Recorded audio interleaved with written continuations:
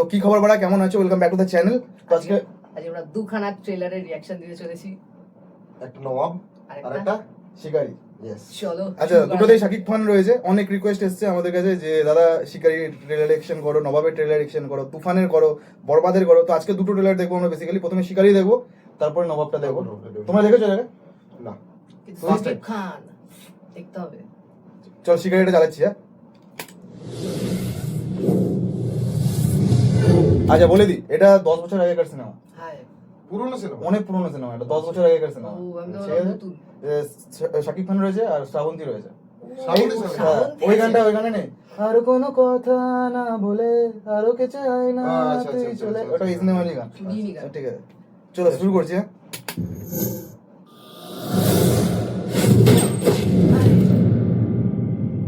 কোলের গত বাবা। 7-8 মাসে পশ্চিমবঙ্গের বিভিন্ন জায়গা থেকে এভাবে শিশু কিশোর কিশোরীর কঙ্কাল পাওয়া গেছে। এই ব্যাপারে আপনি কি বলবেন? তার মানে কি আমরা এটাই ধরে নেবো যে আপনার কোনো ক্ষমতাই নেই? আমার নাম রুদ্র চৌধুরী, আমি কাউকে ভয় করি না।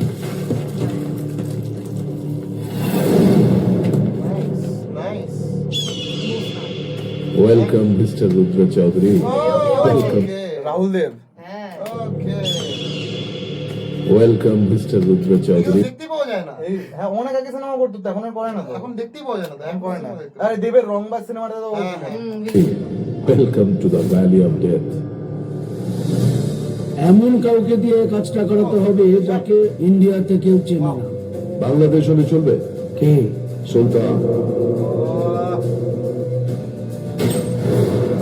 লুকস। রঘু ওরফ সুলতান। আমি টার্গেট মিস করি। আমাকে ধরার ক্ষমতা আপনার পশ্চিমবঙ্গ কেন, সারা ভারতের পুলিশের সাধ্য নেই। দুটো বাংলাদেশ ডিভিশন। আচ্ছা, সোয়াগ আছে একটা হ্যাঁ, সোয়াগ। swag তো আছে ভাই। অ্যাটিটিউড এন্ড সোয়াগ আছে। এমনি বাংলাদেশের টপ হিরো নয়। আরে এখন যেগুলো চলে আসতে হবে। ও ওগুলো দেখছি না।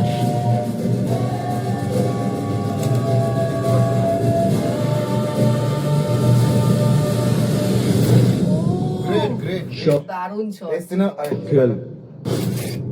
কত আচ্ছা, এই সিনেমাটার পর থেকে শাকিব খানের একটা ট্রানজাকশন শুরু হয়। ঠিক আছে, মানে এটা ফার্স্ট, মানে শাকিব খানের আই থিঙ্ক এটা ইন্দো বাংলাদেশের ফার্স্ট কাজ। তখন জাজ মাল্টিমিডিয়া বলে একটা মাল্টিমিডিয়া ছিল, এসকে আর জাজ মিলে ইন্দো বাংলাদেশ প্রজেক্ট করে। তারা জিতের সাথে একটা কাজ করেছিল, বাদশা দা ডন।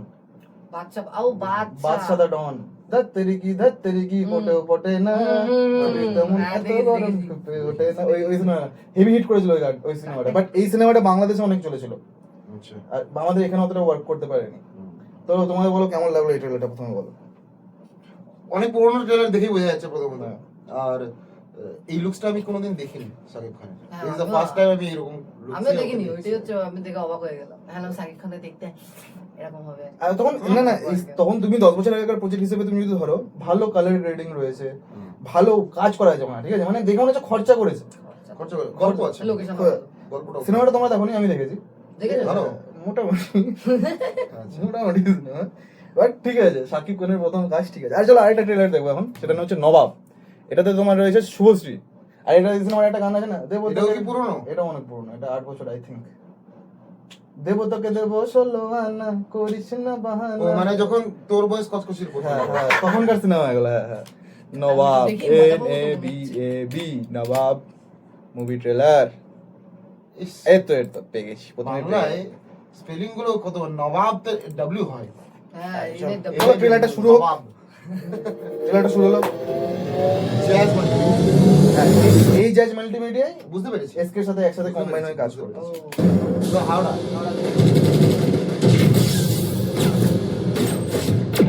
এই আপনার টিম গৌতম বাবু, এরা ধরবে সন্ত্রাসবাদী। একজন গল্প বলবে, 10 জন শুনবে, 100 জন ভয় পাবে, 100 থেকে 1000, 1000 থেকে লাখ। এই শহরটাকে হাতের তালুর মতো চিনি। এই শহরে 12টা বছর কেটেছে আমার। এটা কি ছিল? শহরটাকে হাতের তালুর মতো চিনি। ওটা রক্ত। এই শহরে এটা কি বন্দুক বন্দুক ও, রয়েছে। আচ্ছা। আমি ভেবেছি কোনো মানুষের হাড় ফাড় আমিও দিয়ে আমি আমি ভাবলাম কি কোনো মানুষের মাংস টাংস রয়েছে। হ্যাঁ আমি ওটাই ভেবেছিলাম যে চামড়াটা পরে ছিল পরে দেখছি ই করা আছে Wrap করা। আছে এই যে এটা AK-47 AK-47 এটা রাইফেল আছে Revolver, normal revolver আছে। রিভলভার আছে 12টা বছর কেটেছে আমার। মাউজার জেভিয়ার্স 2008 ব্যাচ।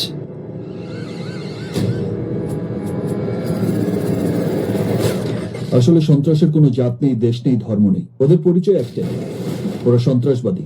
হ্যালো জান, সালমা বলছি। সালমা বলছে। এই যেখান থেকে কথা বলছিলাম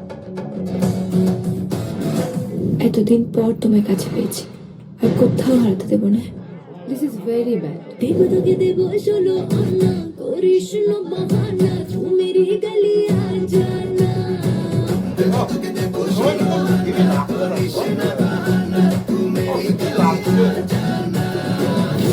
আমার আশেপাশের লোকগুলোকেও আমার কিরকম যেন অচেনা লাগছে। You are under arrest. আপনি কি চাইছেন বলুন তো? শুট অ্যাট সাইট অর্ডার আছে। ধর্ম বলতে আমি একটাই ধর্ম বুঝি, আর সেটা মানব ধর্ম। আঙ্কিত তিওয়ারি তোকে দূরে তোরি চোখে ডুবে যাব, ডুবো আবার। এই অন্যায়টা আপনার সাথে হতে পারে না স্যার। জটিল কিছু ঘটছে যেটা আমার জানা নেই। আমার বিশ্বাস এই সন্ত্রাসের শেষ আপনারাই করবেন।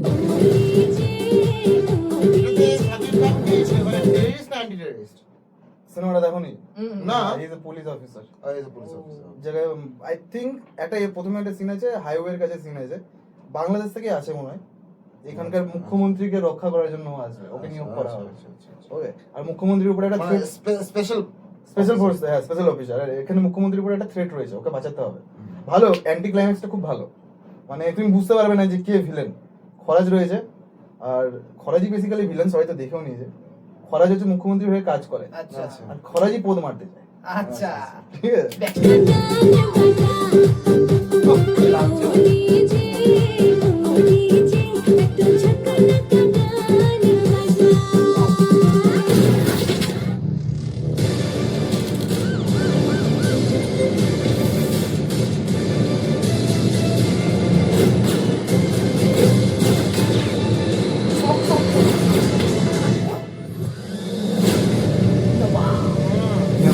দেশকে বাঁচাবো বলে শপথ নিয়েছি, আর সেটা আমি একাই পারবো। 2017 2017 মানে 9 বছর আগেকার সিনেমা ভাই। 17 But টা দেখো তো কি বছর কাজ, আগে খরচা করে যায়। কোন ট্রেলারটা বেশি ভালো লাগলো দুটোর মধ্যে? এটা আমারও এটা, এটা ভালো, আমার আগেরটা ভালো লেগেছে। আমার এটা বেশি ভালো আগেরটা লাগলো। হেভি লেগেছে ভাই। আগেটা খুব ছোট, ছোট আর খুবই ছোট, এটা মজা পেয়েছি দেখি। কোনো কিছু ডিসক্লোজই করছে না যে কি গল্পের মধ্যে হতে চলে যায়। আলটিমেটলি দুটোর মধ্যে কোনোটাই আমি দেখিনি, হ্যাঁ। বাট স্টিল ট্রেলার ওয়াইজ হিসাবে না, আমার এই আগেরটা better। সিনেমা ওয়াইজ যদি তুমি বলো তাহলে আমার মনে হয় শিকারির থেকে নবাব অনেক বেটার সিনেমা স্টোরি ওয়াইজ।